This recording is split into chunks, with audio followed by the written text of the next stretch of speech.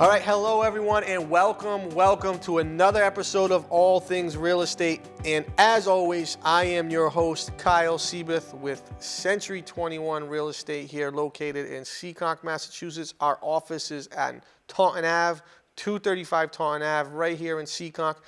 And unlike any other episode, we have a special guest. Today we brought another real estate agent on, Serge Desir II. My man is a second. His pops was the man, and now he's the man. Yeah. So, Serge, thank you so much for coming on. Thank you for having me. Really appreciate it. You are with who? What firm are you with? So I'm with Keller Williams Elite. Okay. Out of Plainville, 25 Messenger Street, Plainville. And I've been there for 3 years now. Okay. Yeah, I've been with that office. So you're Keller Williams in Plainville. Their brokerage is called Elite, right? Keller Williams Elite. Keller Williams Elite. And you've been in the game. We were just talking about this, but you've been in the game for how long? Interesting story, but let's just say 7 years. 7 years. How old are you, Serge? I'm 27. So Serge been doing this since he was 20, since he was a little kid. He Pretty couldn't even much. drink yet. And Couldn't even drink yet. Serge wasn't even able to drink, and he was at the meetings with all the other people, all the older agents. Yep. So you've been doing it since 20. You started out doing what? I started off as an assistant, actually, to two agents local to where I'm from in Taunton. And, yeah, that was good, you know. Just, greeting people that came in, handling some paperwork, kind of learning. The game. Learning the game a little bit, yeah, for sure. Who was it? Kelly Lewis Realty. Oh, actually. yeah, okay. Yep. They've been around for a little bit. Yeah, been around for a while. Yep, Over 40 years, I think, actually. So you went from Kelly Lewis. I went from Kelly Lewis Realty to Keller Williams in Plainville. Oh, you went right to Plainville. I went right to Plainville. So you 20 years old. Then when did you go to Plainville? I went to Plainville at 23. So you were there like 3 years, 3-4 years. Yeah. Went to Plainville, and then you were like, okay, I want to be a real estate agent. You started out as what? Single agent? I actually started off as a buyer agent. Okay. On a top producing team. Okay. And it was good. It was good. A lot of exposure, a lot of knowledge that I gained from that. It was, again, I just came from being an admin to being a buyer agent on this top producing team. So it was almost like culture shock. Right. Going from one extreme to the other. Paperwork to actual business. Yeah. Right. So the nice thing is that, you kind of got thrown right into the fire. Yeah. You went right on the top producing team, and you had to learn. So what people may not understand or know, what a buyer's agent does is they help the team. If you're on a team, right, a real estate team, you help the team with their buyers to show them houses, to get them through the process, right? You show them the house, you get them through the inspection, you talk to them about the mortgage and the underwriting part, and you take it to the end. Yep. Right? Correct. So that's the part. That's the part that you were doing as a team, and you did that for a while, right? Yeah, I did that for 2 years. Okay. Pretty much as a buyer's agent, and then I went to be a solo agent for a little bit. And after that solo agent run, I went to join another team as a buyer's agent as well, because I felt comfortable with that. At the time, I had done it for so long, so it was a thing I was comfortable doing. So I joined another team. It wasn't really what I expected in terms of what I got out of that. So I decided to part ways and go back to being on my own. Yeah. So now you're back at Keller Williams Elite. Keller Williams Elite. Right. Yep. You're doing your own thing. You're a solo agent. Yeah. And what do you think? It's going well. It's going well? Yeah. Good. Yeah, it's going really great, actually. It's a really good year. Good. How long you been solo? This whole year? No, since I guess you could say since February. February, so pretty much. So this year, what's your expectations? You're going to help how many people buy or sell, would you say? In 2021? No, in 2020. 2020. Well, closed and pending so far, 31. That's a good year. Yeah. Good for you, man. Yeah. That's impressive. Yeah. That's awesome. It's good. It's great. So now, what's the goal for 2021? Oh, well, my stretch goal is 48. Okay. My stretch goal is 48, so it's about 4 a month. Okay. I feel like I can definitely attain that. Okay. And my safe goal is 36. So safe goal, you're about six deals more. So one every 2 months, right? Because you're at 31. Right. So about five deals more. So one every 2 months, and your stretch goal is going to be 48. So 4 a month. So I think that's solid. Yeah. I think that's solid. Yeah. What do you like most about doing real estate? to be honest with you, helping people. It's just something that has been bred into me, you know. Serge Desir II, I got that from my father. Like, he was a helper, you know what I mean? So I think that's genuinely what I really love. I love helping people. Yeah. Of course, there are other benefits to it, you know, like you're having someone go into this house that they're going to raise their family. Right. You know, or something that they're growing generational wealth by investing. Right. You know, like you're a part of that process. So that's just like, that's how impactful our jobs are. Right. And people don't even realize that, how emotionally tied our roles are for these people sometimes. This is probably 90% of the people, 95% of people's biggest either purchase or sale of anything they'll ever do in their lives. Yeah, right. So we are that one person or persons or team that kind of either gets in the way, figures it out, or helps them get to the finish line, whatever they're looking to do, right? So we're like that liaison between their goal and where they are today. Yeah, and that's the beauty of what we do is we're just there. We're able to help people do something they don't know how the hell to do without us. Yeah. They have no idea how to do this without us. I agree, yeah. And that's where we come in, and that's where our knowledge, our expertise, and all that stuff comes into play. Right. Do you work with more buyers or sellers? I work with more buyers. Yeah. I've always been buyer heavy. Yeah. I actually have grown on the seller side a lot more as of late. Yeah. I think it's funny because when I meet with sellers, yes, I'm a realtor. Actually, when I'm sitting down with them, I tell them I'm a marketer. Because that's really the game of it on that end. Yeah. You know, and as we've had conversations before, like I'm big on the social media, the marketing aspect of things. And that's really what we are on that end. But at the end of the day, we have to keep in mind that, hey, this is their investment. They've already invested in this.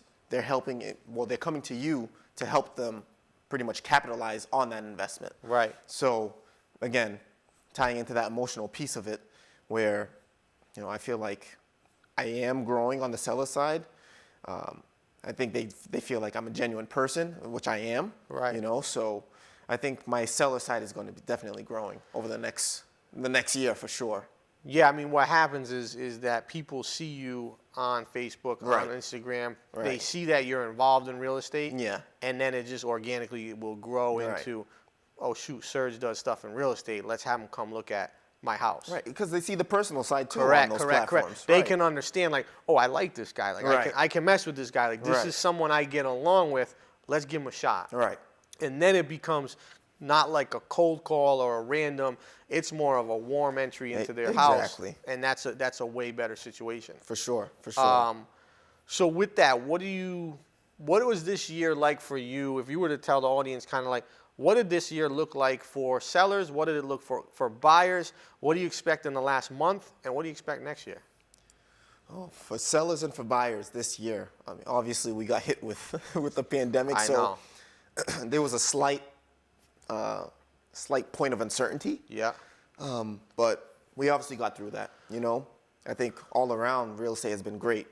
On the seller side, you know, sellers are selling, you know, over asking. Yeah. Getting crazy numbers, and honestly, I think this is the best year I've seen in the last 7. Yeah. You know, on the seller side in terms of what they're walking away with. I mean, on the buyer side, as you know, interest rates are extremely low. And it's almost like, do we see them going even lower than they are right now? So there's a benefit for sellers because you capitalize on the pricing. And there's a benefit for buyers where, you know, you capitalize on the low interest rates. So I think it's a win-win collectively on both sides. You know, it's just a matter of finding the right house. What do I see happening in the next month?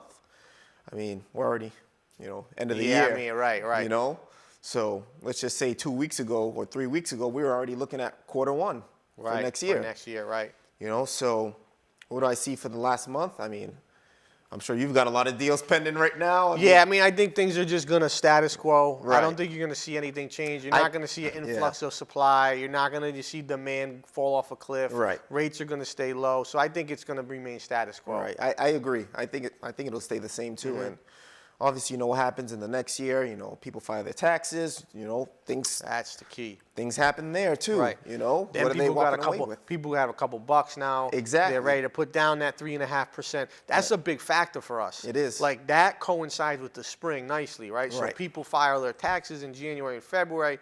Boom, awesome. Now springtime comes, they've got that 3.5% down. They're ready to rock and roll. Right. I've already got a couple of buyers that are already like thinking that way. Yeah, too. ready like, to, hey, listen, once file they those get taxes. Yep. And I mean, spring's always a busier time with inventory, right? So we can expect a lot more buyers going into it. What do you think next year with inventory? I think it'll stay the same as well. You do? I do. I mean, you don't think we're going to see an increase in inventory? I don't know. I don't know. I mean, I just feel like this whole pandemic has really just paused everything. Not paused it. It's just we just keep getting hit with uncertainty. I know. I mean, Mass just shut down. What did Mass do? Did they shut down too? Well, they just went back to phase 3, stage 1. Yeah. It's just I don't know how many times they're gonna keep rolling back. I know Rhode Island's in phase 1, and I didn't expect that to happen. So it's just like. I think next year's the best year we'll ever have. You think so? Yeah, we'll ever see.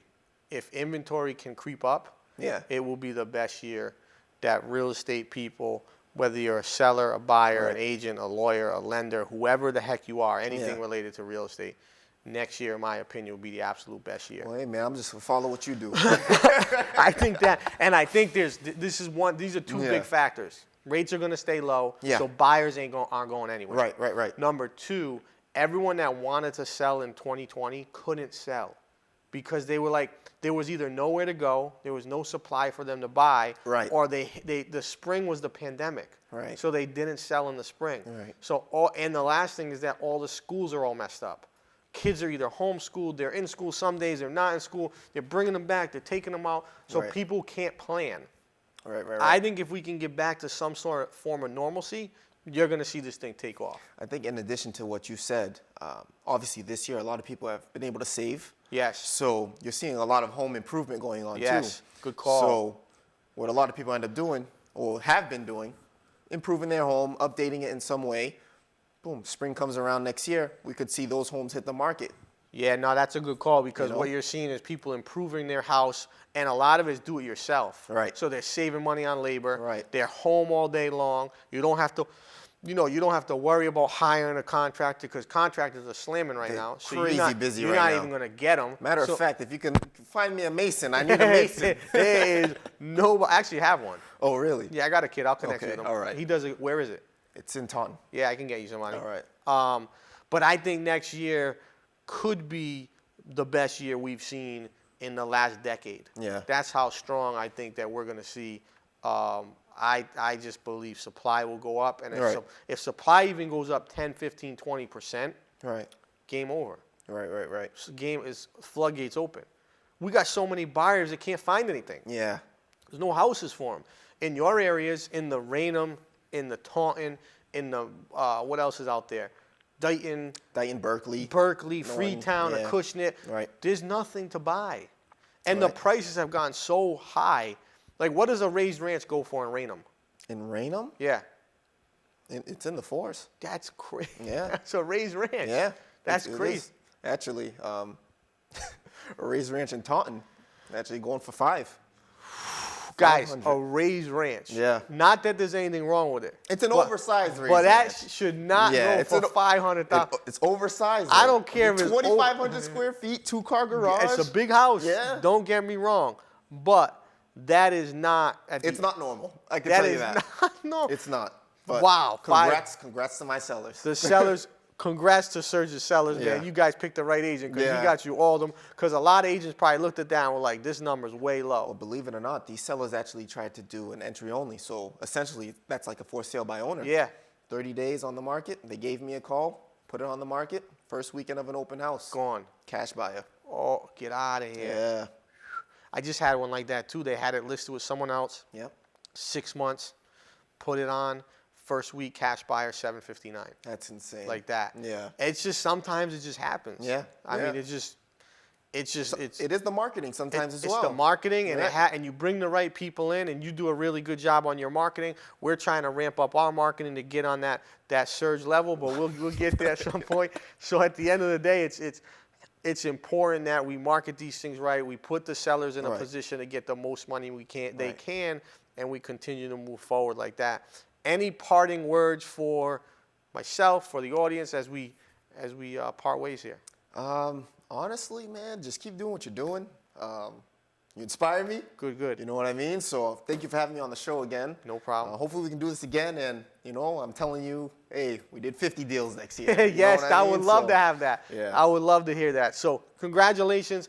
Great job this year. Thank you. Even better job I'm expecting out of you next year. Yeah. Let's keep up the good work. And everybody, thank you so much. Great episode. We will see you next week.